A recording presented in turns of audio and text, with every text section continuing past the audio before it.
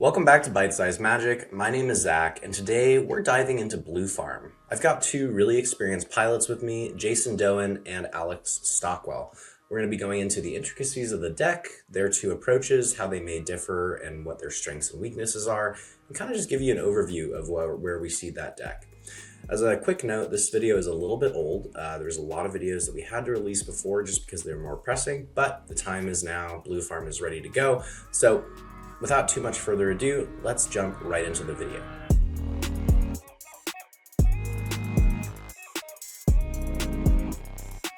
Welcome back to Bite Size Magic. My name is Zach, and today we're going to be talking about Blue Farm. This might be part one of an episode series. Who knows how far we'll get. Today is really just going to be kind of the initial dive in, and today I have two farm pilots with me. I have Jason and Alex. Why don't you guys say hi and tell people who you are? Hey guys, my name's Jason Doan. I'm a Blue Farm pilot for maybe like a couple of years now, maybe 3 years. I'm also part of a channel network called Critical EDH. Check us out over there. Mm-hmm. Hey everyone, my name is Alex Stockwell. I've been piloting Blue Farm maybe 2.5 years or so, and excited to be here. Chat about my favorite deck to play. Heck yeah, the most boring deck in the format apparently. It's not a real format. Well, why don't we start off there? Yeah, it's a fake format, so can you really even have a most boring deck? Do you guys think Blue Farm is the most boring deck in the format? And if it's not, what is the most boring deck? That's such an interesting question you proposed. I think, yeah. Honestly, for me, personally speaking, I love drawing cards, and Blue Farm just does it the best. So yeah. It's like, it's like I can't get bored of There's that. Nothing boring about drawing 20 cards. Yeah, even if I lose the game, if I've drawn 20 cards and had a fight and played some Magic, it's all good. Yeah. Yep. What is boring is storming off into a counterspell or like casting your one action spell, getting forcible, and then being like, I don't have cards around the command zone even at the bare minimum here. Yeah. It's a really deep pool. Like Blue Farm has so much history to it. I actually have no idea why it's called Blue Farm. I know that one of our locals could definitely tell us the etymology and origins of that, but I don't know if either of you guys know why it's called Blue Farm. What do you think, Jason? Do we have any guesses? I've been told stories like it comes from like when it was partnered with Timna and Bruce, and like Bruce is like a shepherd, so like it's like it was called like Mardu Farm or like Blood Farm. So like you're like playing like Blood Pet and stuff like that, sacrificing it to like Culling the Weak intent, and then you're just putting it into your payoffs. I think the name Blue Farm is a little outdated now because we're just like continually putting into play more and more value, and we don't necessarily like want to sacrifice stuff. Yeah, it definitely comes from the Bruce Timna pairing originally, I think, because they're both like farmers. Like Timna's a weaver, weaving, cotton from whatever, I don't know, and yeah, Bruce obviously has got the farming juice. But I haven't seen Bruce anywhere in the meta since the Dockside ban, to be honest. Yep. But I don't know. Except Jesse. I don't know. Shout out to Jesse with his Bruce Kamal stacks list. Nice. That's the one Bruce I've seen since like Bruce Thrasius was big. Yeah. But I'm sure Jacob could tell us more. But I don't necessarily know where the blue part comes from. It probably is just a Ristic Study, Force of Will take on farming with Timna, Yeah. But that's interesting. Well, the next thing I'm curious about, and Jason, you have some disagreements here, but I'm curious. Do you believe Blue Farm is the best deck in the meta right now, or do you think it's not? Like, and if it's not, are you playing other decks? Like, would you consider yourself to be off Blue Farm as your main deck? Oh no, like I'm like through and through. All of my foils are in Blue Farm, but I do tend to think that like there are like 1A, 1B on which I think Kinnan and Rogsai are better decks than Farm. Just because from playing them, especially like recently even just like previously, you get what I feel like more agency to do stuff within games. So like with Kinnan, right, you generate a lot more mana than any other deck in the format will be with the high amount of like card quality in terms of you have your counter spells like your Commandeer, your Misdirection, and the added interaction package, which like you can't really do in other green decks like Rog Brass can. And then also with Rogsai, right, you can always dictate the pace of the game based on like how you mulligan. And it's also like your opponents have to sit down and have like a pregame discussion on like, oh, Rog size at the table, right? And like that'll happen at almost every pod you sit down. So you can actually leverage that fact to do whatever you really want to, for the most part. Do you feel like it's sometimes, I have a lot of people tell me like they'll pick up Rogsai and they're like, oh, I get a lot more hate on Rogsai. Like people will mull for interaction just for me at the table and I get blown out, you know, and then someone else will just go ahead and push their value engine into winning game states. Like, do you see that as an advantage, not as like a downside? So I actually see this as a advantage because Rogrek just is so unique in the fact that you get like Mox Amber is basically Mox Ruby, right? And then you get Intent, you get Culling, all of these like effects that add speed to your deck. So then you can utilize that to like either burst out, let's say, like a Necropotence earlier than like your opponent should expect it to. So like you can even kill your opponents before they have their first turn even.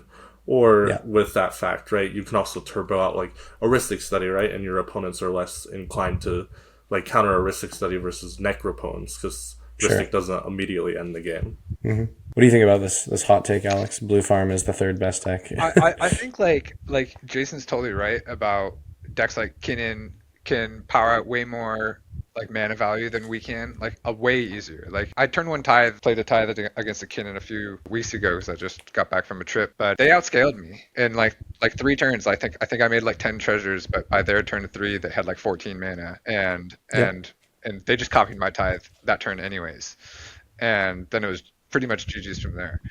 But and then like Rograk and Silas, like the deck can do everything that we're trying to do faster than we can. So I would agree that like if the question was what is the most powerful decks in the format, I would say that Jason's deck is correct. Like it's Kinnan, Rogsai, and then maybe Blue Farm, maybe even some other stuff. Like, but if you were to ask me like what's the best deck in the format, I do think that Tymna Kraum has a higher number of pivots that you can take, play styles that you can adjust to in any given board state. Like a Kinnan can often get blown out by having their Soul Ring get misstepped or just be Pyroblast early in the game. Like a 4-mana Kinnan without development is honestly really bad. And like Rogsai can just get blown out. You know, like you can push that Culling the weak out early and get that turn 1 Nas really easily in that deck, and I love doing that. But the amount of times that, you know, somebody does keep a counterspell on their mulligan because they're playing Rogsai, I think is higher when you're on that deck than the number of people that'll keep that counterspell on their mulligan when you're on Blue Farm. Totally agree. And so I do think Blue Farm's the best deck because it can pivot out of situations better than the other most powerful decks, which are more powerful than Blue Farm. These decks have specific power as well, like we've been talking about, where Kinnan, its power is in its mana. Rogsai, its power is in burst mana into high like velocity card advantage engines like, you know, Necropotence and Ad Nauseam. And Blue Farm, it does feel like can do both. And it's sort of the everyman deck where it's, you know, like 9s across the board, whereas Rogsai might be like a 10 in terms of its speed and a Kinnan might be a 10 in terms of its mana. But playing something like Kinnan, there is a feeling that if you don't, like, because I know, Jason, you've played Kinnan recently, and I have as well. I have too. I started at locals. Have you? You started coping? I've been playing some Kinnan. Wow. I just have to spread awareness in locals. What's the message you'd like to send to all Kinnan pilots? That I'm not winning the game. Okay. I'm not winning. I thought you had a phrase that you were pretty big on. Oh yes. Find me the copy pasta. Okay. I forgot it on my honeymoon, so let me. That's tragic. But I played it for like 2 weeks. I felt like I had a lot of hands in Kinnan that were big mana into nothing, and in no bad cards, they're just unkeepable. Like you just cannot keep those kinds of hands. And in Blue Farm, I actually feel like relatively okay keeping like big mana hands into nothing because I already have card draw somewhat solved in the command zone. Like I'll take a turn 1 Tithe with nothing else if it just means I get a turn 2 Tymna and a Kraum. I don't know if that's a play pattern that you guys are interested in taking in Farm as often, but the big mana does feel like it often does just have much easier payouts than it does in Kinnan. Honestly, I really think that like I don't actually like keeping turn 1 Tithe hands just because Tymna and Kraum feel like such weak payoffs given given like everything else in the format, like Rhystic Study, Sure. Mystic Remora, or even Esper Sentinel, I feel like is still a stronger card draw engine than both Timna and Crom. I agree, but and Alex and I were talking about this, it's like, if we really didn't care, we would just play Clue Farm, you know? Like, if we were really never going to cast our commanders, then it's like, at least I have 2 mana commanders that turn on Fierce Swat, Flare, etc. in 4 colors, you know? But there's a reason we are playing Blue Farm. Even if they are not the best options, I do feel like even getting 2 to 3 cards when you have something like a Tithe Out makes it so that gets you into just your one tutor piece to either win the game or pivot into. Yeah, for sure. I think what we're like more talking about here is that like the floor of Blue Farm is much higher than like the floor of Kinnan, right? Like the floor of Kinnan, you can have like 5 mana, whatever. You can just die with 5 mana. But with Farm, right, you can develop mana and you have your actual like card draw in the command zone. Yeah. Well, I think this actually kind of brings us into maybe one of the misconceptions, or maybe not a misconception, but would you guys think, like, if there was someone newer to the format, would you say Blue Farm is easy to pilot, you know, on the scale of like decks that you should give to someone who's newer, or maybe to someone who's already playing cEDH? Like, would you say, oh, this is an easy to pilot deck? I would say that if you're new to the format, it's an easy enough deck to pilot. It's a well-rounded deck in terms of a learning tool. Like, you might not get the results that you see like top players on EDH top 16. Like, you might not be seeing those results that you're seeing the deck that you're playing, you know, perform at, but you will have a lot of opportunities to interact on the stack, to draw cards, to play the game, to combo out. And I do think that there's a lot of things that Blue Farm does that a lot of other decks in the meta also do. So I do think it's like a good learning tool. But I do think it takes a long time to, whether or not you've been playing only cEDH, it might take a long time. If you've been playing 60 card formats for a long time, then it might fit you really well. But it can be a little bit harder to like master tuning the deck for your own meta and sort of fine tuning all the little hidden lines and stuff, the little scenarios that pop up in games and stuff like that. You know, do you cast your LED before your breach or after your breach? Like, reading things like that and like being able to look at a table of 3 other players and assess like, which one do I do first, like, can make or break the whole play pattern, you know?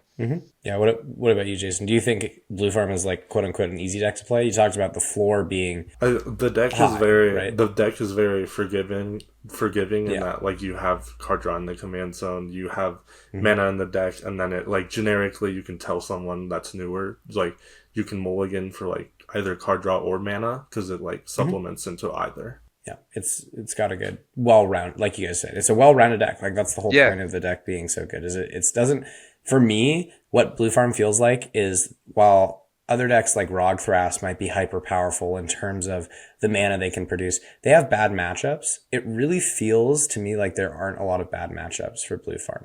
Do you think that's true? I think I tend to agree with that, since you have a 4-color pool, and I'd argue that it's actually the 4 best colors in the format. And with that, right, Farm is like very like agnostic of its win cons, right? Like you don't need synergy pieces necessarily to win the game, like how Rog Thras needs like exactly 6 creatures, Talon Gate, a Boral Breeze Collar, right? With Farm, you just need a DT for a breach, right? So with that, you have more slots in your deck to go find like more, like how Alex was talking about, like the key pieces for your meta, right? So like there's like a point in time like 2 years ago I was playing Containment Priest for my meta because there was like a bunch of big flips Kinnan running around. I miss Containment Priest. Me too. That's sick. Lavinia, remember? I don't miss playing those cards because I was only playing those cards because I hated what the rest of the meta was doing. And they're not doing that anymore. That's so funny.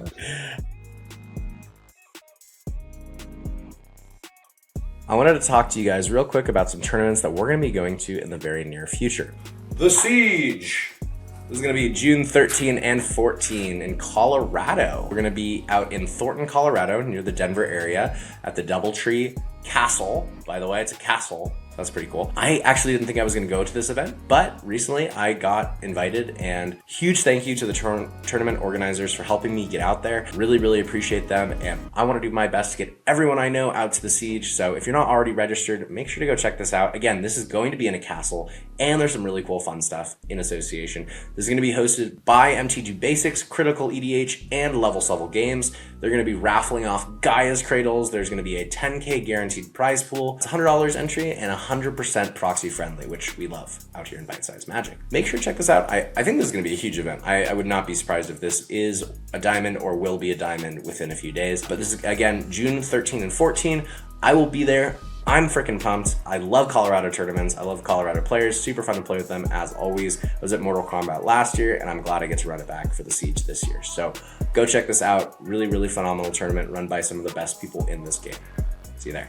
We've got the Quest May 15 through 17 in Portland, Oregon. That's why I'm wearing this fun hat, is because I'm going on a quest. This is coming up super soon, so if you have not registered yet, now is the time to do it. I think we're super close to a diamond level event, which is just bonkers. I know Portland has not had the biggest tournament scene, but this is for such an amazing cause, and it's run by such an amazing group of people. The tournament organization team here is just phenomenal, and they're supporting Joy RX, which is something to help with children's cancer. So if you're not signed up yet, this is a great opportunity to both support a good cause and play in a phenomenal cEDH event. I'll be there again, May 15 through 17. I'll be doing the Creator Clash on Friday and playing in the tournament Saturday and Sunday. Go get your spot, go support charity, and I'll catch you there. Just Jam D-Grid. This is going to be May 30th and 31st in Phoenix, Arizona. Going to be a platinum or diamond level event. If you're in the West Coast, if you're interested in traveling from the East Coast, this is the event to go to for this date. Again, May 30th and 31st, Phoenix, Arizona. It's going to be 2 days of cEDH. There's going to be in-suite bar, table food service, on-demand chaos drafts running until midnight. I'll be there jamming. So again, if you're in the Southwest, make sure to register. This is the best tournament venue I've ever been to. They have phenomenal table space. Like I said, they have food delivered to your table. They have a bar that you don't want to go too crazy with until the event is over, or until day one's over, or if you get there early, all three of which I will be doing. But yeah, this is gonna be a really fun tournament. If you get a chance, make sure to register, go check it out, and I will see you there. So we kind of talk about Blue Farm, and again, there's so many different ways to build it. I think we could probably all be in agreement on, I would say, like 90 cards. Like if the three of us could say, if there's 90 cards in Blue Farm that should be here, most of those are relatively well agreed upon, and like you probably just want to put these in the deck. The last 10 is where people really try and cut their own niche or try and find something unique, or put their own whatever into the meta, and it really does differ. I know, Jason, you do trend much more towards like the Tremneck style of farm, right? Looking at things like Bergie, Flare, the whole red package being what it is. I'm not sure if you're still on double wheels or if you cut one of them for Sculpture, but I'd be curious to kind of hear. Yeah, I want to hear your philosophy on this. I cut the Windfall for the Beseech recently, just because Beseech in the mid game just like ends the game, it also converts your Mystical Tutor to Rhystic or Tithe very cleanly. Yep. I really liked the double wheels when I played it at Fishbowl, but just recently I haven't casted a wheel in like the last month and a half, so it's not something that like, oh, I should play another wheel, because then at that point it's like 2 dead cards, right? Yep. I think when you're referring to the red package, right, for viewers out there, it's more like the DRC, the Professional Facebreaker, the Bergie, and the Jessica's Will, the Flare, all of that. They all work very synergistically in that regard, with just you are able to pump out a lot of red mana with the Spirit Guide, the Rite of Flame, the Jessica's Will, the Bergie, or even using the backside of Bergie, you're able to dig really deep into your deck, especially when you start to wheel. You just end up just discarding every card you draw that's not relevant to the wheel, and then you basically like double your wheel at that point as well. And do you find that your red package, quote unquote, like is strong? What I found was when Alex and I were testing a lot pre-Envy last season, we tried this. Like, we tried this whole thing. We went on double wheels. We tried Bergie. We tried we've always been on Facebreaker, but Bergie, DRC, Flare, Jessica's Will. And we just found like it wasn't really increasing the speed of the deck significantly. So it's not necessarily that you're technically winning on a earlier turn. If anything, it's like you spend a little bit more time setting up in that regard. But when you do push, your pushes are like almost guaranteed or unstoppable because you can chain cards into other cards, like the J-Will into like a wheel, right? Or even a J-Will into the backside of Bergie, and then you just keep going from there. Gotcha. Okay. What's your percentages front versus back for Bergie? Are you casting front side or back side? So, funny story. I asked Tremnek this. He said he casts Bergie like front side 80 or 70% of the time, and then the rest of the percentage is there. I'm actually the opposite, where I cast backside 80 or 70% of the time, just because it's like a second Nas to me. Agreed. Do you ever have any play patterns with chain where you're like storming off to collect a few red mana, chaining your own Bergie, bouncing it to hand, using that red mana to cast the horn, the backside, and then go off from there? Because that's like it's super good with chain because you just like on the last sack you just bounce the Bergie, right? Also, that's why like you play the snapback too, because it's also like a ritual with Bergie. And then you just bounce her, replay her on the backside. It's also like synergistic with offer when like I'm necroing. It's just another piece of mana. Yeah, and Alex, let me know what you think about this. But we really tested all this stuff. Did. Like we tested the full Tremnek package, and the things we took from it that stayed were Reign of Filth, Snapback, and Offer. I'm trying to think if there's anything else that really stayed. Culling? No, we were always on Culling, right? I don't think there's anything else that we took away from that was like really impactful. Maybe Darcy and PFB. I think that's when I started playing Darcy. Maybe, yeah. Darcy. Yeah, these are interesting cards. PFB, I've loved mostly for the Smothering Tithe synergies. I feel like I can have a different kind of engine where I'm not just solo focused on Rhystic Study. And oftentimes when I really try and or when I do tunnel vision on Fish and Rhystic, I'll lose my mana capabilities. But if I can go Tithe into Facebreaker, I get mana and cards. And then DRC, I personally was not the hugest fan of. I went back and forth. But as soon as I cut Flare, I was like, I just don't think it's really worth it to be playing DRC anymore. I know Alex has been on and off of it. I'm curious, what do you think about this style of list, Alex? Like all these sorts of includes and a more red package versus where you are, and we can kind of go to that. Sure. Next. Yeah, I still think it's really good. My big takeaway from it was that I didn't like the thing that you were just saying, Jason. Like I didn't like that I was like, oh, I have this J-Well, I really wish I had a wheel. Like that's what I kept running into. Yeah. And or like dang, like this demonic tutor would be so good if I had a red creature to sack to this flare. But those situations were really far and few in between for me. And I don't know if maybe I was just mulliganing improperly on this type of build.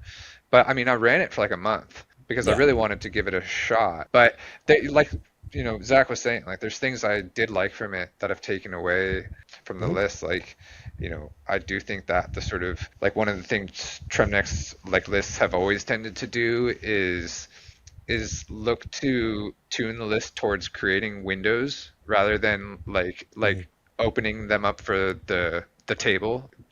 I feel like he's the one that sort of started to push the lack of permanent removal and the increased amount of a temporary removal. And that I think is really strong because I don't want to bounce a stacks piece just for somebody else to win. I want the stacks player to be able to recast that stacks piece, and then I can just cast a Tymna and we can keep playing a mid-range game. And there's an argument now with Squelcher out, I think, depending on how prevalent it comes into the meta, where Swords comes back into the list, But people were cutting Seedborn Muse from Kinnan and Rogthrast lists, so it's for a long time permanent removal has felt pretty unnecessary.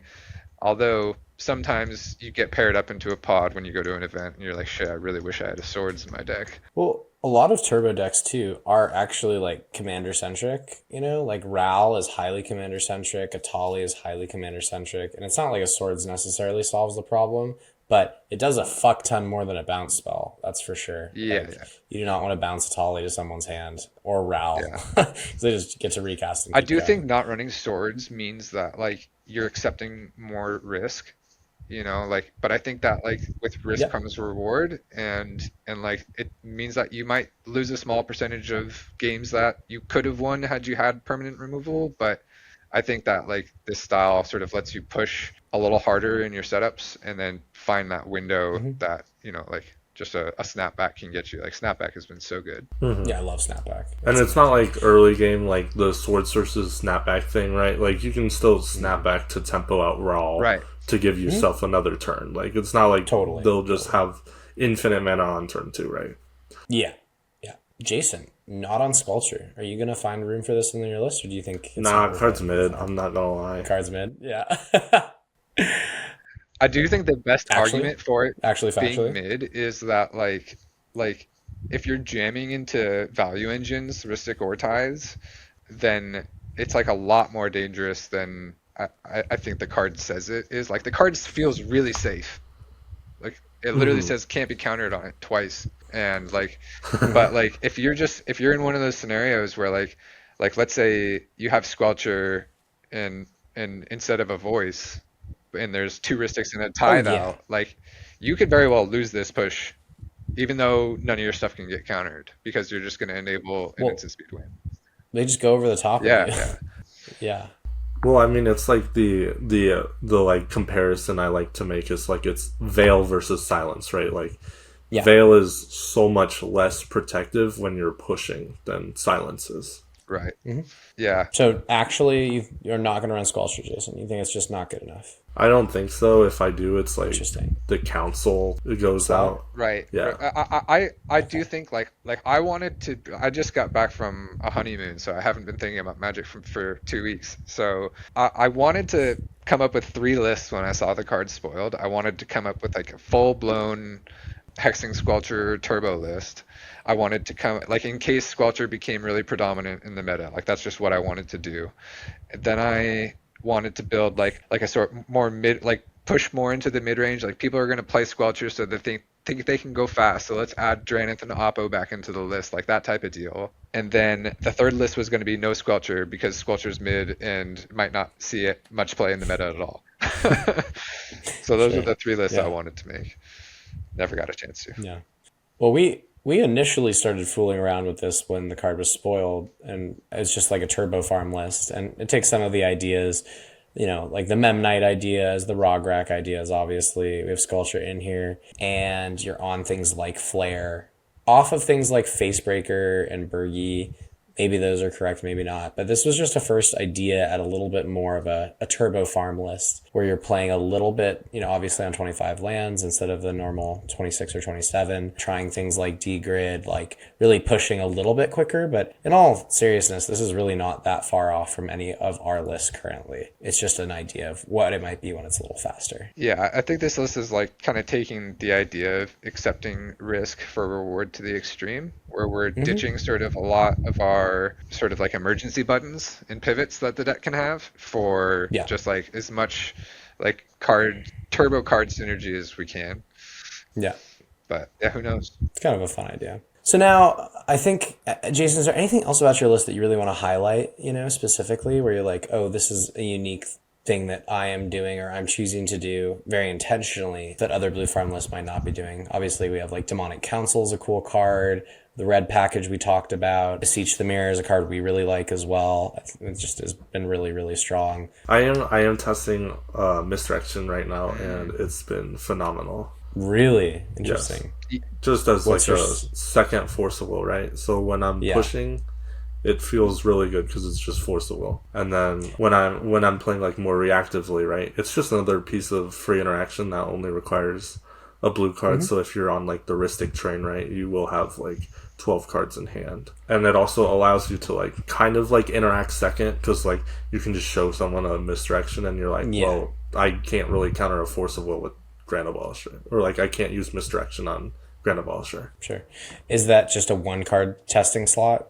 Yeah. I'm testing it right now. Did you test Redirect? I did not like Redirect. Just the problem with it is like after Naz or Necro, it's like literally dead. functionally trash, right? It's like a 3-mana interaction it spell. becomes an absolute copy of Deflecting Swat. Its only purpose is cracking LED, holding 3 red, and protecting your breach with Swat and Yard. Like, that's all it does post Necro or Nas. SWAT is slightly better in that scenario because if it's in hand, you can free cast if you have a commander out. But like, they're functionally the same card at that point in the game, which I don't think is necessary either. Like, I've been totally open to cutting redirect, but I'm not sold on misdirection either. We were arguing about it with Sereno in the Blue Farm server today. But I love my boy Tino.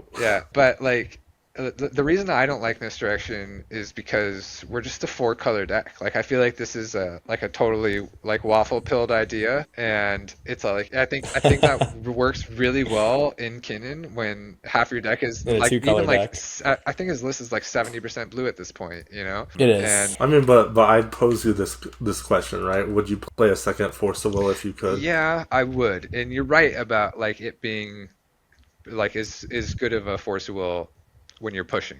Yeah, like, and then it also has like unique mechanics against like Abrupt Decay and cards like that as well. Yeah. That's true. Is this Kinnan? Bowmasters. Just an argument against the redirect. Or should we just talk about Kinnan, you think? Should we just stop talking about Blue Farm? No. It's just 1 red, right? And that's like a actual cost. Although that's true. That is true. Kinnan is a premier cEDH deck piloted by gentlemanly intellectuals and is highly respectable. There we go. That's what I was looking for. Well, why don't we do a little compare? Because Alex's list and mine are almost the same. I just have my little pet card. Mayhem Devil, yeah. Which, by the way, I had a triple Rog Thrastpod this weekend, and I 1v3'd the table. It was great. That's so funny. I had Lotho and a Mayhem Devil, and I tried to clone my own Mayhem Devil, and then they were like, all right, that's a little too much there. But anyway, so this is Jason's list down here, and then up here we have Alex and my list. Again, he's on redirects, I'm on Mayhem Devil. When we look at kind of the differences, why don't we start here with lands? So you're on this rainbow land that is, going to bolt you, and we have a Watery Grave, which is basically just another fetchable EC. I know, again, this is Tremnek being on this sort of idea of having another rainbow land available to you. Can you sell Alex on Tarnished Citadel? He thinks it's trash. I mean, like, obviously you see the bolt on the face of it. Usually it's like I literally don't care about that, right? I just care about casting my spells. That's like literally all Evan Freedom Waffle Fear says, right? It's like, as long as you can cast your spells, you're gonna be okay. And this casts more spells than Watery Grave can. It's color fixed me for like E-tutor into Breach. Like, it's excellent. I like this. I think this is a very reasonable point of view. That is a good take. That is a good take. No retorts there, Alex? I can't really argue with that. Like, the only thing I have over Citadel is that I just don't think we need it. Like the amount of times that I feel like the mana base in Blue Farm screws me over, I feel like it's very few. I feel like it's a very fixed mana base that's very safe. And to be totally honest, like, when it comes to like tuning our mana base, there's one flex spot, maybe 2 if you really want to stretch things. But like, you don't get a lot of lands to play with, and I think like I've tested a lot of them. I think Tarnished may be one of the only ones I've never tested, probably because I don't have a foil.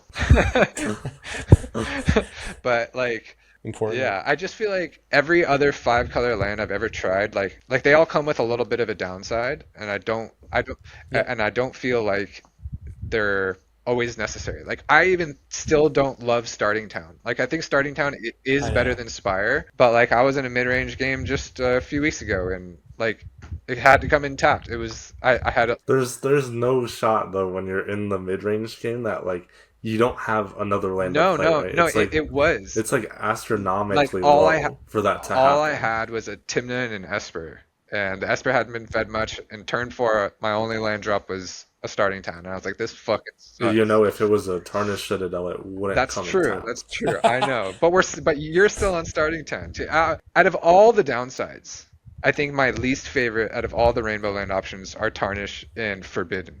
Like, giving 1/1s to people and taking 3 off my Necro is just like such a feels bad. I actually used to run Fortured before I ran Tarnished Citadel. Literally, like, I know. early last year, I was like, oh, Fortune's fine. I don't really Yeah. care. And then Starting Town came out, and I was like, it's like I'll compare it, and I think Starting Town is marginally better in that regard. I do think Starting Town's just to combat your like earlier point on like the mana generation thing, like once like you said that farm has like an excellent mana base, right? And once you get like your Lotho, your Tatarataru, or your Tithe online, right, you can always just use this as a colorless. It's not like you're married to the fact that you have to bolt yourself every Absolutely. turn. Like this is only bolting you on turn 1 or 2 at best. Or at worst, Yeah. I That is 6 damage, though. That is like 2 turns of this is quite hefty in Naws and Necro shells. There was actually a game I played recently where my combined over like 5 or 6 turns, I had played Citadel and Ancient Tomb, and they were my only lands in play, and I went down to 15, but I still won that game because it made colors and it made extra mana for me. Like that's all I needed.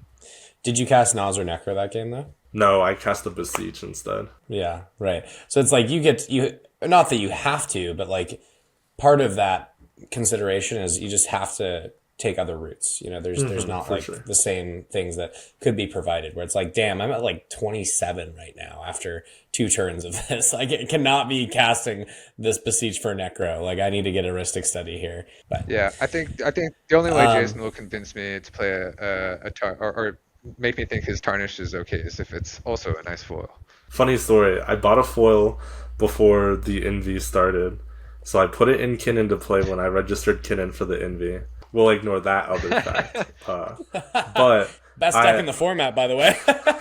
I literally asked the vendor, "Do you think this is damaged?" And they like gaslit themselves into thinking it was like damaged, so they sold me damage price for like LP Tarnished Citadel foil. Oh God, Jason out here conning these poor vendors.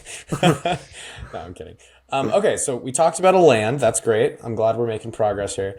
We talked about the red package pretty consistently. I don't think we need to go into too much more depth around this. I do think that when you look at the red package versus my list right here, it does sort of show you the difference between like going all in on one strategy and then sort of splitting another strategy or like a mid-range strategy and a turbo strategy with what I believe to be like very efficient pieces.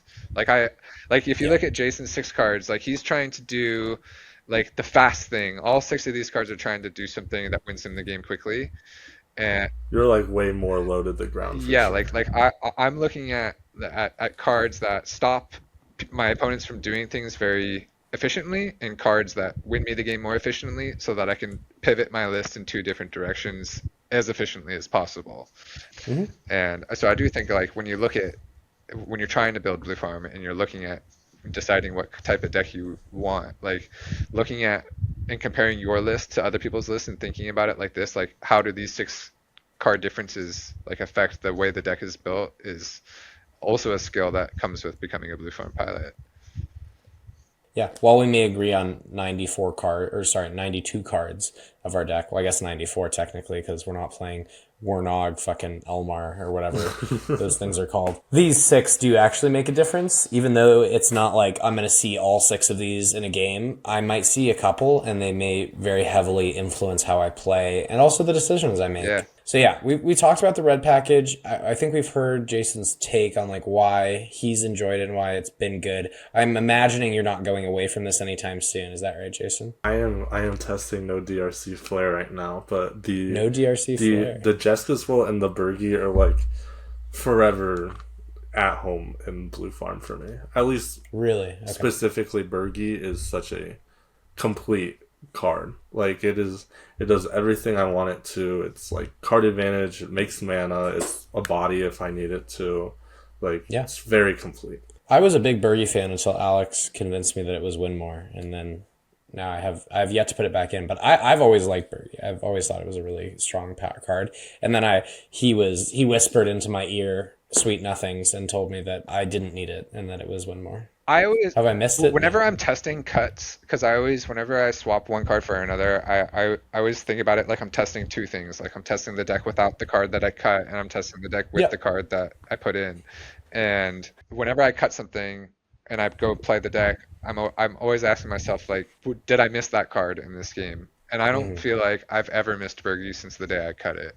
And like I often feel like the whole like the like reasoning of like, oh, like I can, you know, have a Ristic and 10 cards in hand and convert that into 20. I feel like that's just something that would have had, like if you have the Ristic out, like that's probably something that the game state would have achieved on its own had you just kept playing the game a little bit and not spent 5 mana to push. And so But even then, at that scenario, right, it is actually better to develop your mana if you have the cards. So, like, just playing the front side is even good. That's very true. That is definitely true. We did talk earlier, though, about how Ska, Stormkill Artist, might not be quite as good as everyone thinks it is because it promotes, like, you have to bank the treasures. Do you think Bergie operates a little bit differently in this modus operandi? Like, I am going to have a card that's just netting me mana when I need it. I don't necessarily need to, like, store it as a treasure.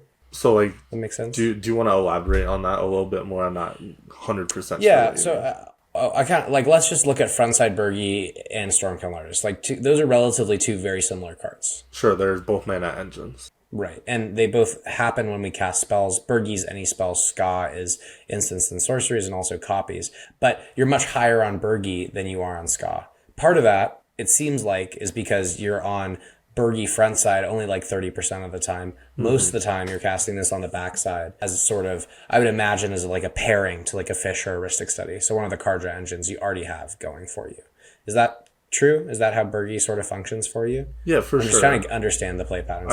I think the other problem is that 3 versus 4 mana is a very real cost, especially in blue farm, right? Sure. Like we're not playing Kinnan, we don't have infinite mana generation in that regard. So like you'll even see it in a lot of other lists, right? They'll run Intuition over Gifts Ungiven just because 3 versus 4 is a huge number. Huge. I think the 4 mana slots in blue farm are, in my opinion, or should be the most scrutinized slots, because basically all of our plans, like all of our plan A's, like even if you went through our top 3 plans, which would be like Necro, Ristic, Tymna, right? Like ABC, like what you do the turn after that is probably the most important turn of the game for you.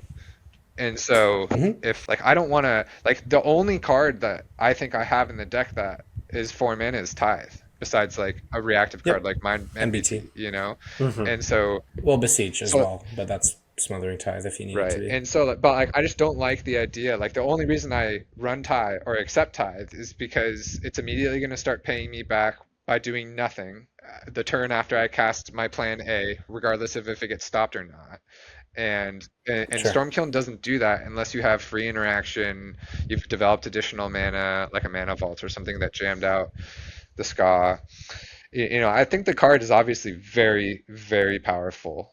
Like I remember at the Envy, I played a game against Logan, and we started like a counter war or something, and he mystical tutored with a Ska out, and in my head I was like, he's gonna get flustered. Can I let him have 10 mana? And I don't know what else I had in my hand at the time. I don't really remember, but for whatever reason, I let the mystical tutor resolve when I could have kept fighting on top. He got the fluster off a Ristic draw. You know, he like put the copies on the stack, and then it was like emergency mode for me. Like shit, like that was a big mistake. Yeah. Like I might be losing this. I think we ended up drawing that game, but it's obviously a very, very powerful effect. I just don't think that the cost of 4 mana, like I'm just really hesitant of any card at 4 mana. So. Sure.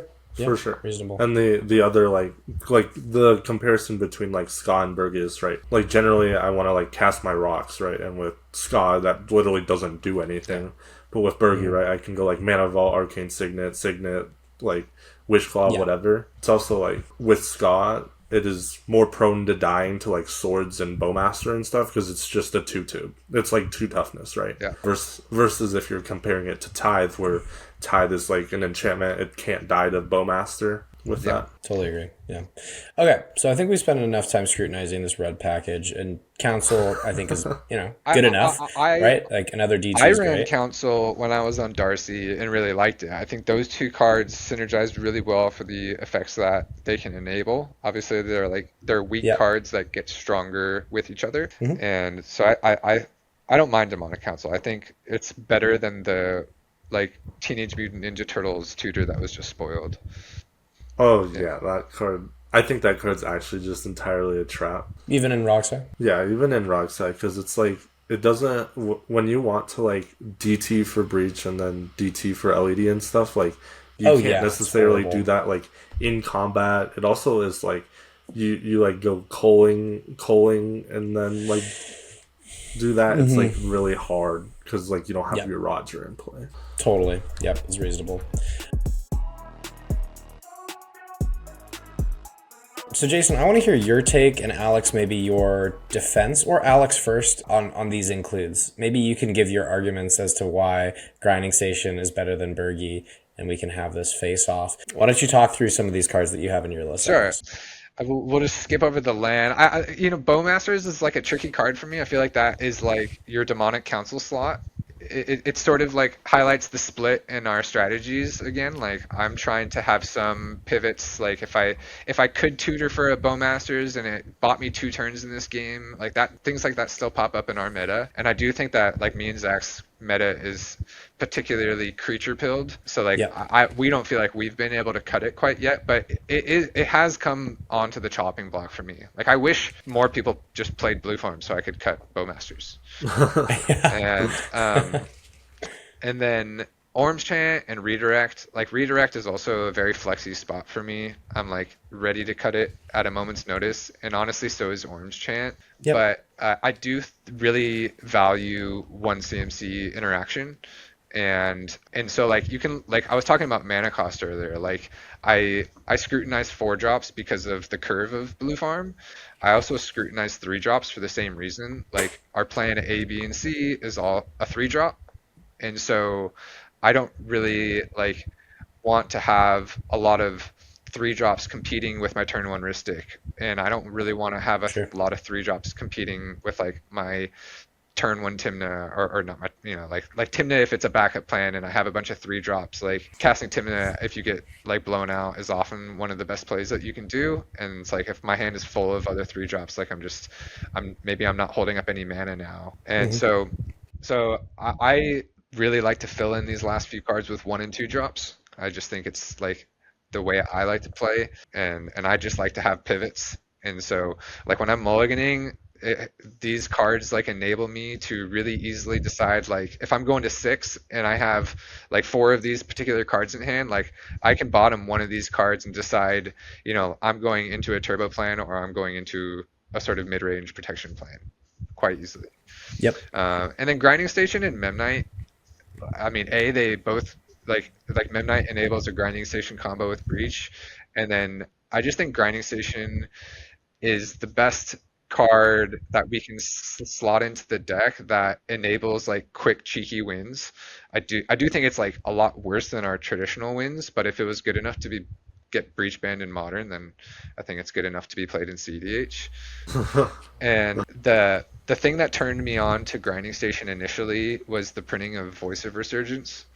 I think that the ability to convert a Mana Vault and a Soul Ring into and only 2 colored pips, like to get a sign. Talking about Voice of Victory? I'm sorry. Yeah, Voice of Victory. What did I say? Voice of Resurgence? I was like, what is Voice of Resurgence? No. I was here too. I was like, wait, why are we talking about green cards? There you go. Yo, I saw this and I thought Grinding I don't want to Station. see this card. I had to play against so much of this when I first started playing Magic. Get this card out of here. Yeah. No, yeah, Voice of Victory. Like the thought process for me is if I wanted to get a silence, whether it's just silence or Grand Abolisher into play, and then cast a breach and then cast a brain freeze, I'm spending, at minimum 3 color pips in that scenario. Silence, breach, brain freeze. And then I need a soul ring, right? I need my 2 colorless mana for that combo as well. But with voice and an LED. Yeah, of course. But with the voice, it just becomes 2 color pips to turn your combo online and a positive mana rock or neutral.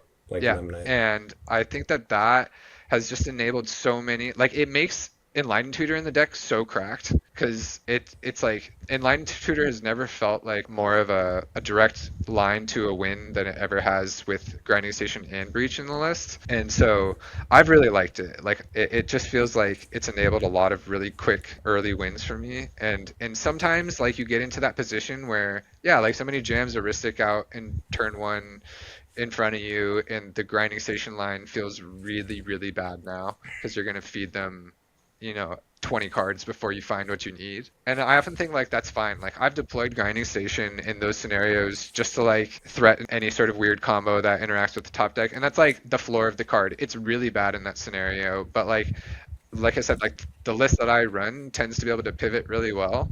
So I don't know. I feel like it's been okay to sort of justify the card being dead sometimes. Like there's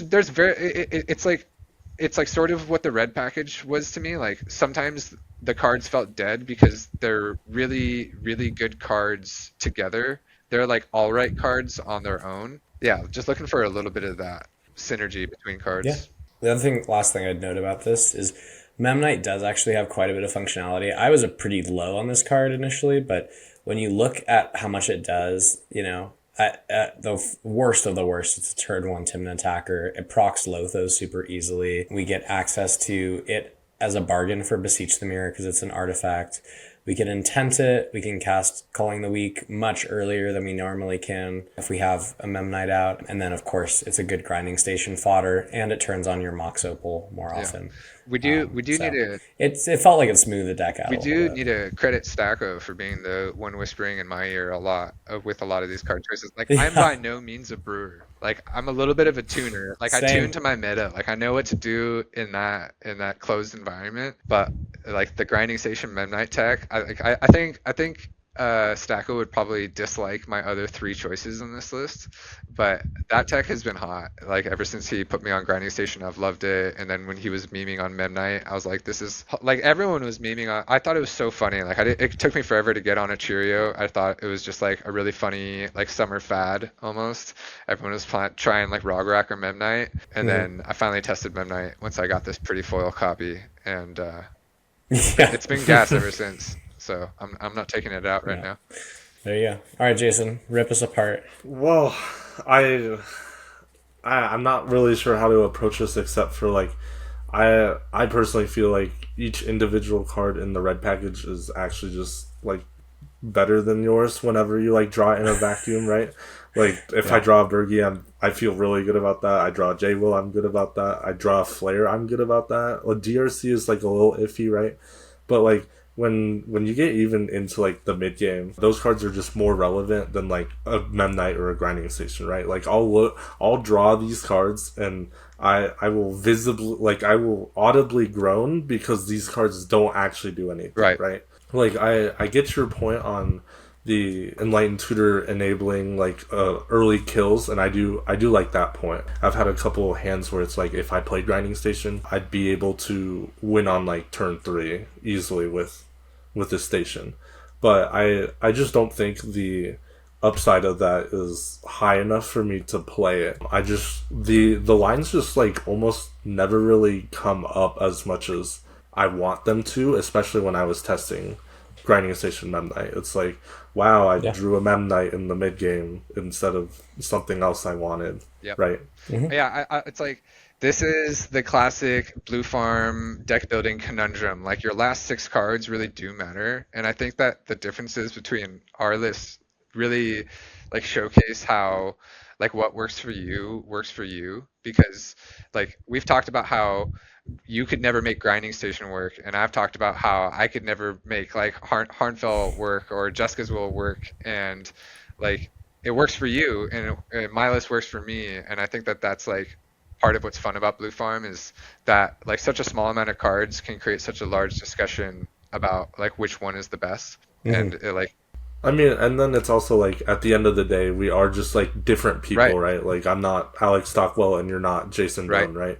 And we do have like differences in our play patterns, whether it be like minor or huge. So it's like it kind of snowballs into like these differences. And while they're like minute in terms of like, oh, it's only 6 cards, right? It's only 6% of your deck.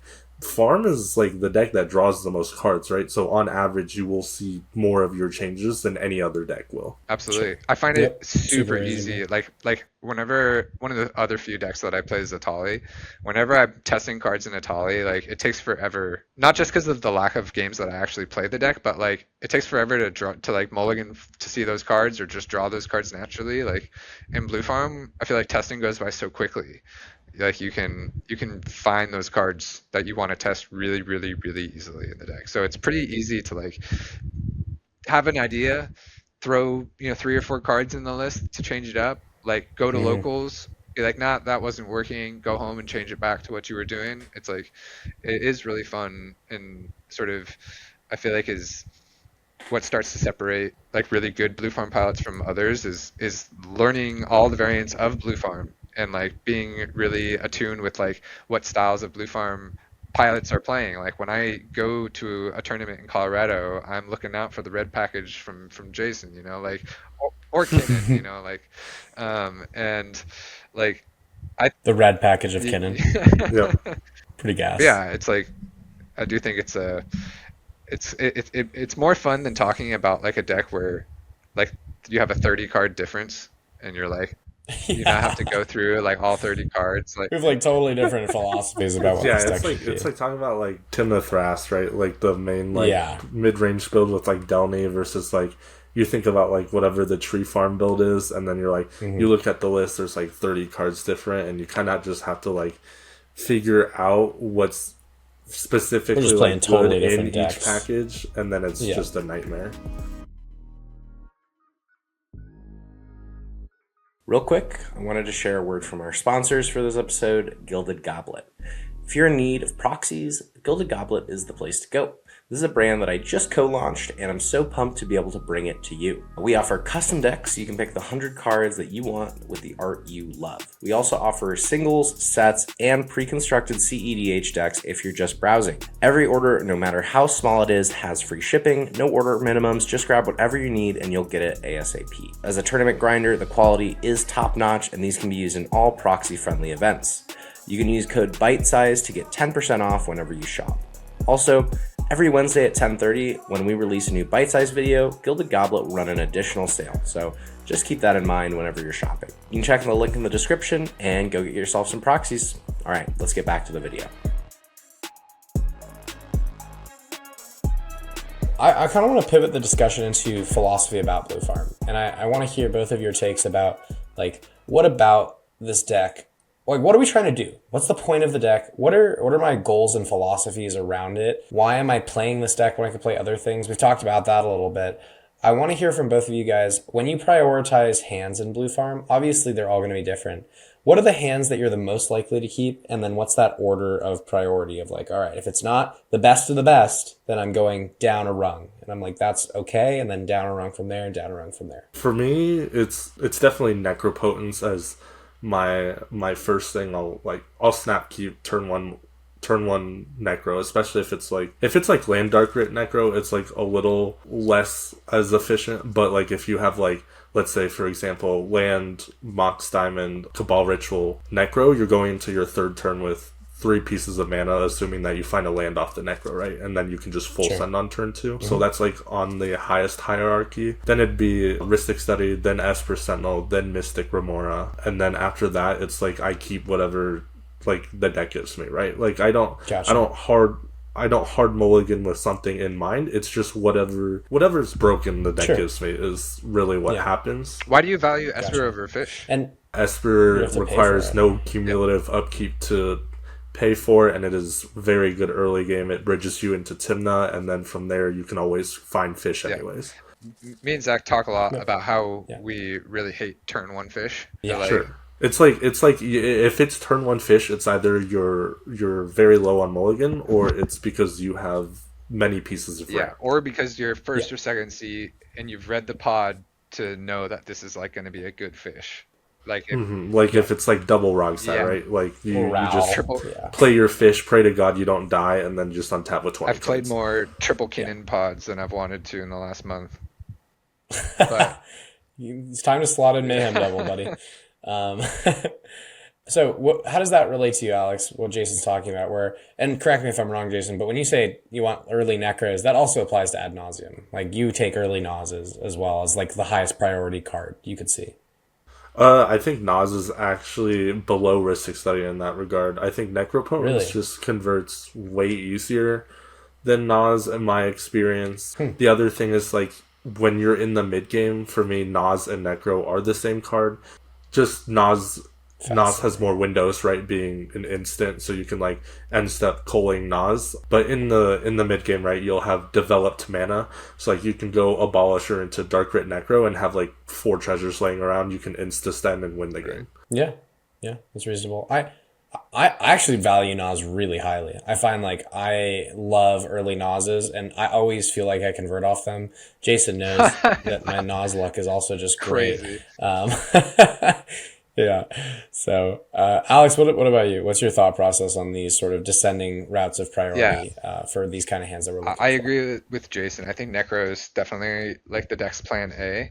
I do think it's like by it's probably not small. It's probably more than I think. Like I'm not like a statistician or a mathematician or anything, but like Necro probably has, I don't know, if I were to guess like 10-15% higher conversion rate than your average like early Nas.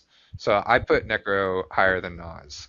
Interesting. But Do you put it higher than Ristic Study? yeah, Like yeah, early for Ristic? sure, for sure. If I had to like mulligan, if I was in a weird scenario where like I had to mulligan this turn 2 Nas or this turn 2 Ristic, I would, and I had to bottom one of the value pieces, I would bottom the Ristic and I would go for the turn 2 Nas. Me too. It might be the difference that the 6 cards make in this scenario. You know, like I have like a Memnite that I can use post Nas, you know, that converts really well into a combo or into a culling the Sure. week for more mana. So like main phase early Nas has been quite good for me. And if like Yeah. if I'm hitting a bunch of 3-drops that are red in my turn 2 Nas, like that, I remember that feeling really bad for me when I was on the red package because I was Me still too, yeah. mulling for early Nas's, but then I was like, ugh. I've like looked at 6 cards and got Yeah, I took bolted 9 4 damage times. from my J. Will Bergie. Yeah. And Wheel. Maybe that's a reason to cut Ranger Captain, right? It's a 3-drop. yeah, True. Bad card. And so yeah, I do think Necro's number 1, Nas is number 2, Ristic's number 3. I would honestly put Fish over Esper, or maybe even like look at them in the same like plan. Like that's plan D in your mulligans. I feel like I'll take either, to be honest. And it's hard to say like which one's better because like one might be better in like think about it from the mulligan scenario again, where like you can only keep enough. You're mulligan to 2 and you're down to a land, a fish, and an esper. Like now you have to Keep you it have Esper. like maybe like but like you have to read the pot. I am personally. Like, I'd rather keep that. I Esper. think I'm the gonna be thing you real. have to do before you make that decision though is like read the pod. Like what C position are Sure. you in? What are you playing against? Because both of these cards Yeah. could like perform vastly differently depending on what the answer to that question is. Yeah, that's absolutely true. I think there's just a lot of like I'll starve fish pretty easily and happily. Like Yeah. Obviously that's easier when you're not on when your hand doesn't feed a fish. You can make fish packs a lot easier. That's true. You know, because you can get the rest of the table to agree. But I feel much more comfortable doing that. Like especially if it's like a very turbo deck. The big thing I wanted to take out of this too is you guys both said early necros and Nazes. You know, for Alex and I more than Jason, but early necro is all of our first priority. And I agree with you. I think that's the best thing we can do. And yet when people see blue farm, they think it's a mid-range deck. And it's like, sure, it's a mid-range deck, but our priority is turbo, which does not come across as being true very often, or for people's perception of it at least. And I'm always curious why that is. But Yeah, I mean, it's like even in recent times, especially in like the last few months, as the meta has sped up quite substantially, like you've seen even like the classic mid-range pilots of the list put that historically have not been on Necro into the list. like Andy. Yeah. Even like I like it. Like I think he was on it for the Envy, wasn't he? But for like months before that, I'm not he wasn't. Sure. He was not on Flood Caller, that's all I know. But yeah, I mean, I think it's like I've been playing Necro for like 10 years. Like when I first got into the game, I remember asking like what was the most busted thing to be doing. And this was just like a few years after the infamous like Necro winner, and like people were still like, oh yeah, it's the banned card Necropotent. So I was like, well, I'm gonna go find one of those. I got a copy. I picked up 4 Dark Rituals. I went home and brewed a deck, and it was just a deck that resolved around tutoring for Necro, resolving it, jamming a bunch of eggs and shit like that. Like it's so fun. Like I have a long history with the card. I think it's like undoubtedly one of the most powerful cards that's ever been printed in the entire game of Magic, and it takes a lot of skill to master playing it as well, which I also think is just like such a fun journey in cEDH, to like master playing a Necropotence, to like know all the ins and outs of like how somebody can screw you over, how you can like this has only ever happened once, but like there was a game where like a Tainted Pact took me further than I wanted it to, and like I was low on life, and I had like I had this weird line where I could Thosses, or I had to cast my Necropotence, then cast my Thosses, and use my Necropotence as my final Tainted Pact to use like my last 6 life to put the cards low enough in my library to get the Thosses trigger to resolve. And it's just like it's a oddly flexible card. I also like love like the back and forth of like, do you dig for 10? Can you read properly if the table's holding up counter spells? Like how many counter spells? Like can you safely push? Do you just like take a few more on your next turn and pass the turn again, and like because you can tell that somebody's getting impatient and also wants to push, and like there's a lot of nuance to the card, and I just really like that.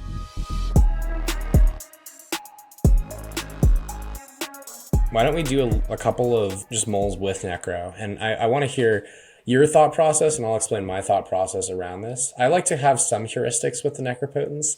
I don't think it's always correct to do something, but if I can fall back on some similar play patterns, I often find that it's more comfortable for me to play this. So let's assume that we have a scenario that Jason's talking about where we had like land, a Mox Diamond, a Cabal Ritual, and a turn 2 Necro. Turn 1 Necro. Maybe we got...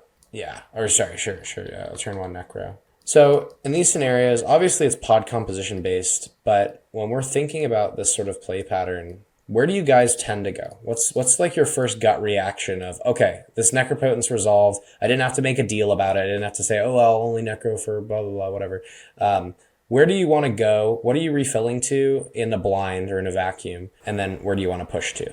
I actually have a like hour-long video I'm releasing soon about this. Sweet. But generally speaking, it's like it's like proportionate to the mana you have available. So you like full send if you have like 2 or 3 mana, and then if that's not the case, if you have less mana, you don't full send. Right? I do think that like the worst Necropotence in Blue Farm is the land Darkrit Necro pass. Like that's the worst. Yeah. That's the floor of the card, and I do agree. Like 2 mana is bare minimum, but I do think you're safe to pay 35 life with 2 mana. Yes, yeah, I agree with Alex here. So like in a vacuum here, given the board state you've presented with us, we have no more mana after you cast the Cabal Writ into Necro, right? So here I'm generally looking to pay 10 life, maybe even 14 life, just to sculpt the hand I want. Oh Jesus! Holy fuck! Whoa, it's that easy. Dice broken. Yeah, for sure. Keeping LED under. I was thinking Fairy Mastermind, maybe. So what? So another thing. Can you abolish her with this hand? You can abolish her, Rite of Flame, Breach, LED Brain Freeze. Oh, with pact backup. This is God, man. If I had Goldfish this hand, just so everyone knows, it would have looked a lot different. No, it's because it's my deck. Oh, it's my deck list. Yeah, it's my deck list. Wow. Yeah, well, in this case, we don't need to really talk about it because it's a little bit of a difference. Okay, well, this is like pretty free. But let's say that this is not our Necro, you know? I'm going to just put these back. Yeah, text broken. Oh, that's so funny. We should. I agree. I usually like to go to about 15.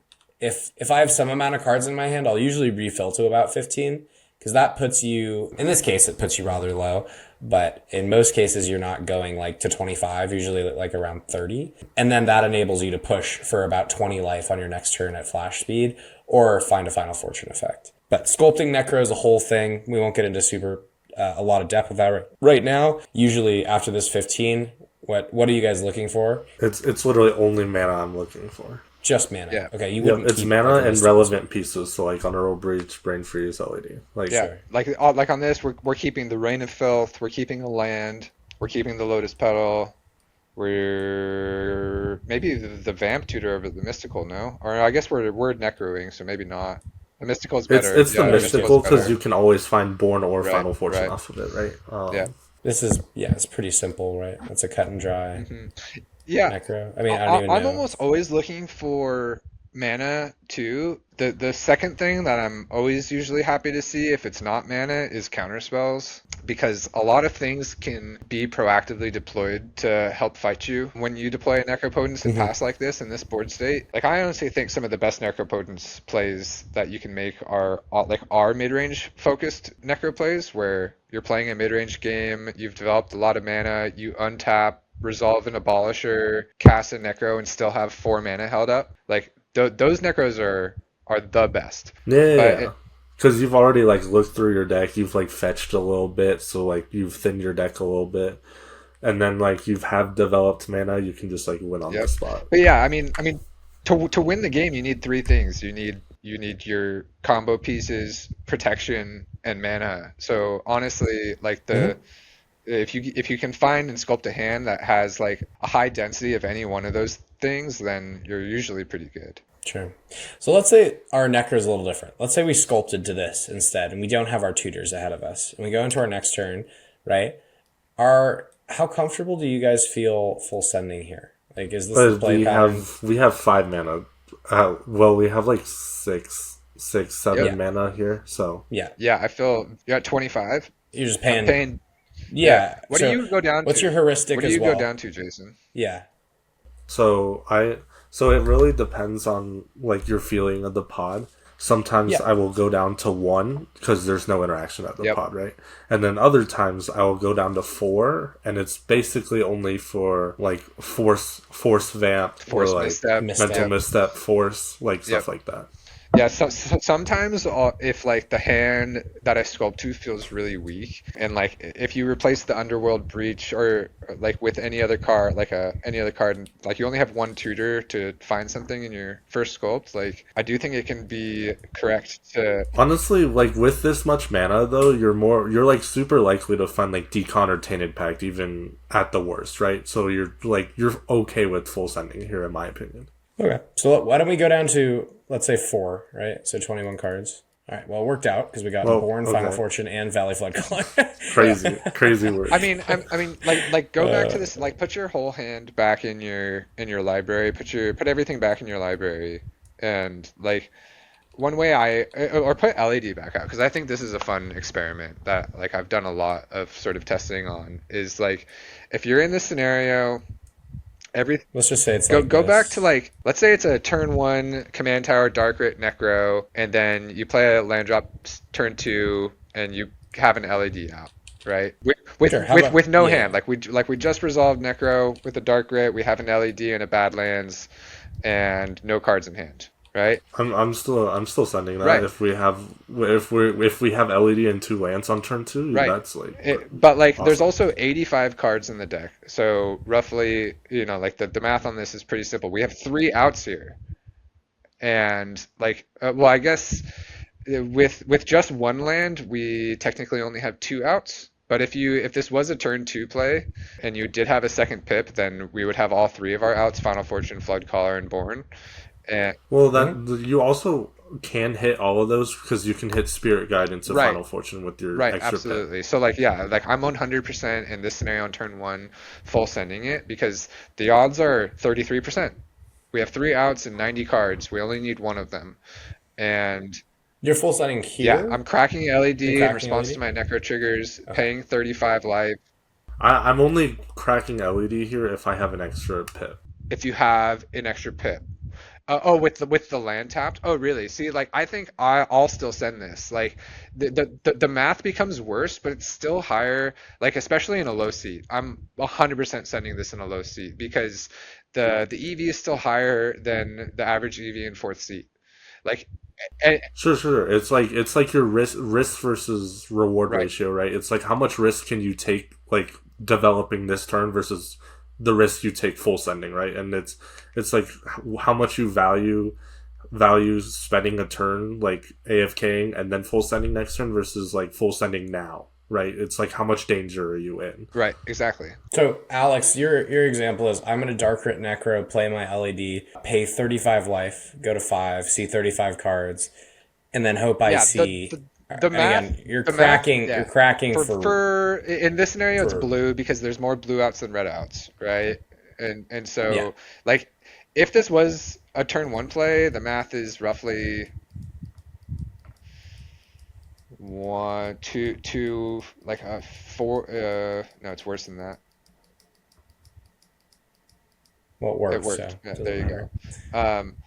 go. But.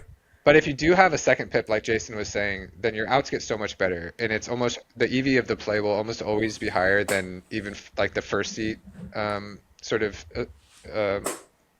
win percentage. And I'm always willing to take a play that I believe has a higher win percentage than the percentage of the seat that I'm in a game. Like if average EV, you have offer snapback too. It's a mole lost in the sauce. I also. You can just win right here without the final fortune, I think. I don't know where the snap. Oh, there it is. Yeah, you have a DT to convert this. It's easy. Offer, snapback, DT into breach. I already have my LED. I have a resolve flood collar, and then I can win at instant speed. So there you go. Yep. Yeah. Turn 1. And like wins. sometimes you're gonna lose that, but like if this is your turn 1 play in fourth seat, and people let your necro resolve and people let your flood collar resolve, like give it a shot more often than you'd think, because like you will lose some games trying this, but like I think that you're more likely to win off of this play than sitting in fourth seat playing like the game everyone wants you to play, sitting there being the punching bag. But I raise you the other question, right? You're in fourth seat. You managed to resolve land Dark Rit Necro, right? Like who's gonna kill you before you make it to your next turn? Like that's the answer, or that's the question I propose to you here. You mean like why not just wait an extra turn? Yeah. Yes, because like the likelihood you die before your next turn is extremely low. I think to me it's like a meta reaction. Like in our locals, I feel like if you're passing with a necro, like the table will do, they'll do everything that they can, to prepare to stop you even at the cost of offering a draw, right? And Zach knows that like it's my goal to like just draw less. I have like a really annoying draw rate.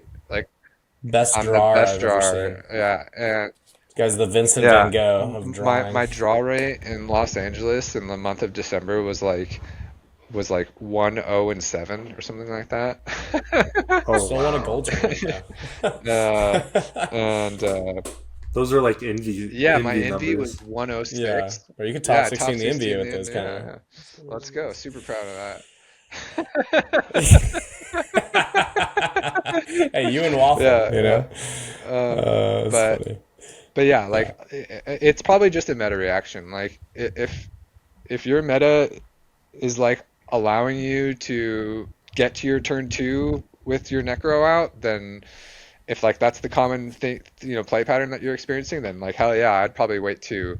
But like that's not what I'm experiencing. I'm experiencing like 3 people showing every card they have in their hand, tutoring for interaction, like casting a wish claw and sharing the love. Everybody gets a pact. We offer a draw, and like a lot of times, like necro can still beat that, which is one of the reasons why I love the card so much. But it's like, it can be stopped. So.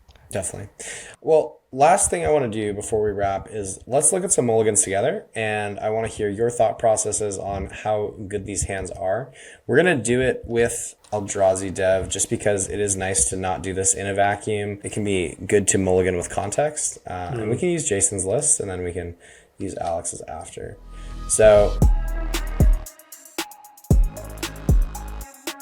I'll ask both of you what you think of this hand. This is our pod. We have Thrasios, Tymna. We're in second seat. Noctis, and then Kinnan in fourth seat. Okay, which Kinnan is it though? Do you even know? It's no bad cards. We'll just assume it's good Kinnan. Yeah, it's good Kinnan. Do I keep this? This hand sucks. It doesn't have any mana to do anything. Terrible hand, bad hand. Well, second 7. This also just doesn't have a game plan. All right, 6. This is just too slow. It doesn't do anything. Ancient Tomb, Arcane Signet. Yeah, it's too slow. It's like turn 2 fairy into nothing. 5. This is also bad. Man, Blue Farm sucks. Yeah, Blue Farm sucks. That's why you shouldn't count it. That's why Rogsai and Kinnan are better decks. All right, this is 4. 4? I'm going to 3 here. There's just nothing there. Nothing really. How often on a hand like that would you have like risk top decking the land for the turn 1 Taru? No. I think you're risking more than you gain. Than you believe when you can like go to 3, find like land Esper, land fish, right? This is our 3. So. God, if that was a vamp, it'd be like excellent. If this was a tarnished Citadel. yeah, exactly. Oh man, yeah, these are bad. I'm keeping this 3. You're keeping this 3. It's a turn 3 Ristic. It's not that bad. It could be worse, you know. Mm-hmm. And if we top deck a Tundra or a Tundra fetch, it's like okay. Oh, just kidding, because we're not keeping it. You can't. Yeah, you'd have to preemptively keep it in prey. Yeah. All right, let's do a new pod. So we have us in first seat, Rogsai second seat, better deck by the way. Oof. Heliod third seat, Dargo, Tymna fourth seat. And this is our first 7. This is like turn 2 study with Mindbreak Trap. Like this is really good. Although this plays just for the context, I do think we were talking about bad matchups earlier. I do think oddly enough that Wheeliod is a really really poor matchup for Blue Farm. We're just. That's a bad deck. We are the best deck in the entire format at feeding Wheeliod's game plan, though. I mean, sure, but their game plan requires so much time to set up, so like you can just win between then and now. Yeah, right. It's just like a deck that I've struggled to pilot against. It's like one of the decks I dislike seeing at my tournament tables, just because I think it preys on what we're trying to do. It's like similar to Sisse. Like Sisse operates on an axis that like we cannot do a lot about. And that's why we play Mayhem Devil. All right, so playing this out of curiosity, where do you guys want to go? I'm looking at like I think you just see vault, and then like you're fetching for Tundra on 2. Mm-hmm. So now I think we save the vault though. Yeah, we saved the vault now, so you can actually like just play the plateau because you have all your colors if you play the plateau anyways. I think I still fetch here, to be honest, because we have the DT, and I think being high on black mana going into our next turn. Yeah, that's what I'm thinking as well. I also just like don't like wasting a fetch land on a turn when it's like there's like if I have another duel, a duel is what I'm getting. If I don't absolutely need the colors from that plateau, I think fetching is better. Okay, sure. Are you scared of getting oppoed? No, not at all. No. Do you guys still have oppo in your meta? Yeah, it's gone from ours too. All right, so Ristic Study, let's say we draw 3 cards. Draw. We'll go to our next turn. All right, so we're on turn 3.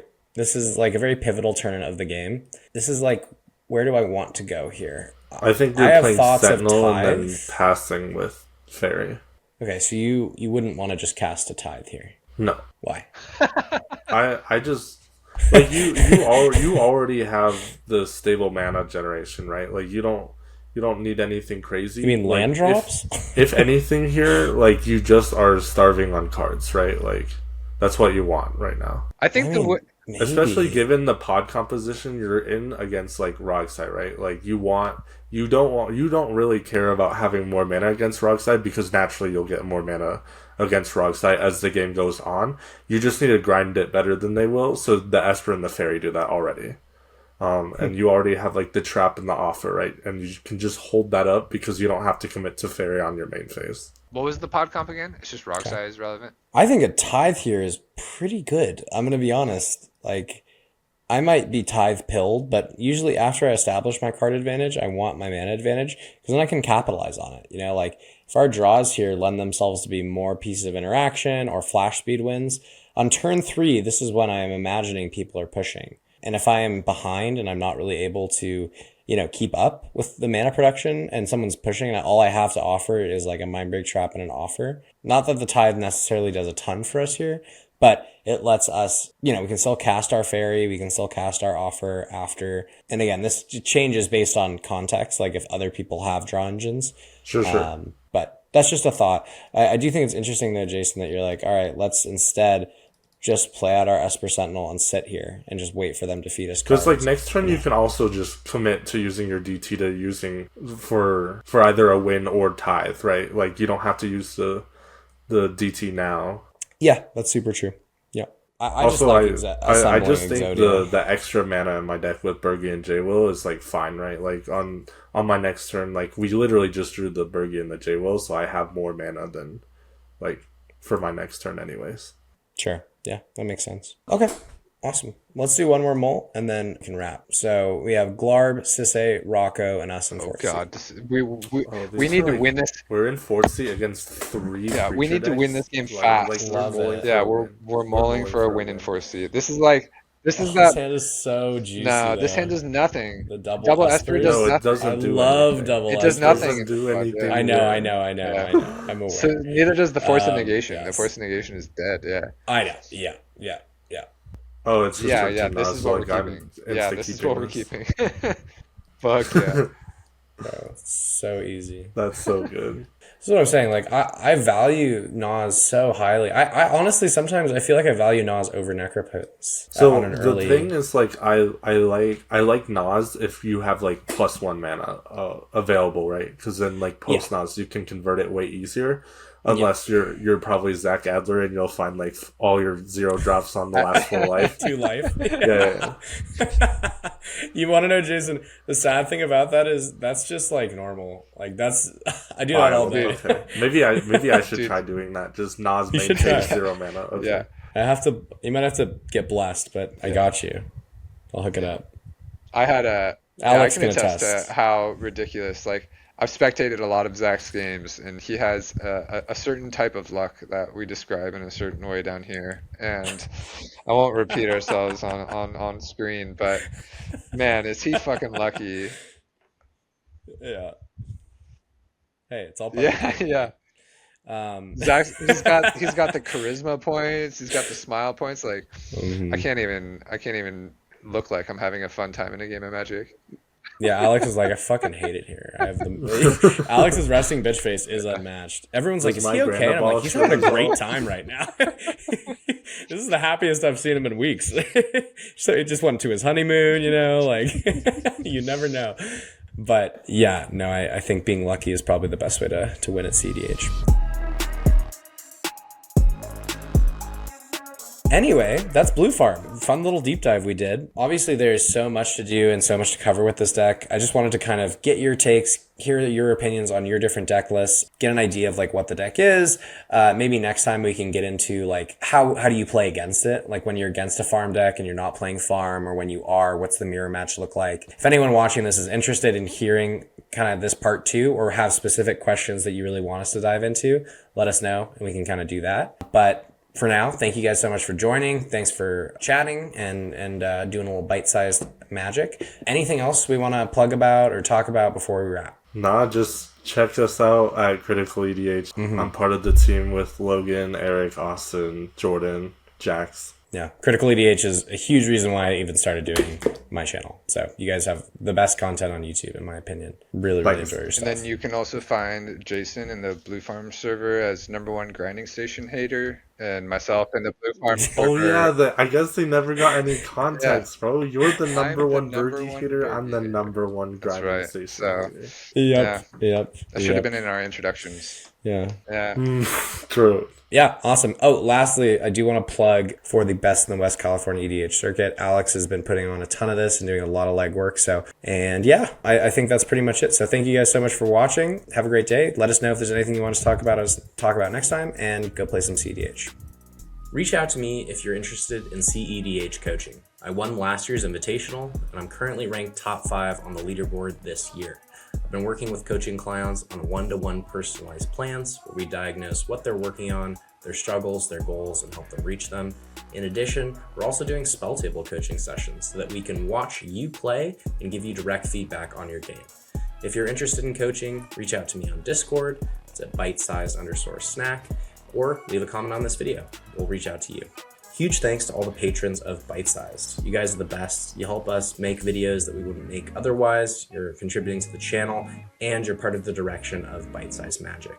Especially big thanks to our Jumbo patrons, Candy Diabetes, Nick Ray, and Sharticus. You guys are awesome. If anyone is interested in joining the Patreon, you can check it out at the link below.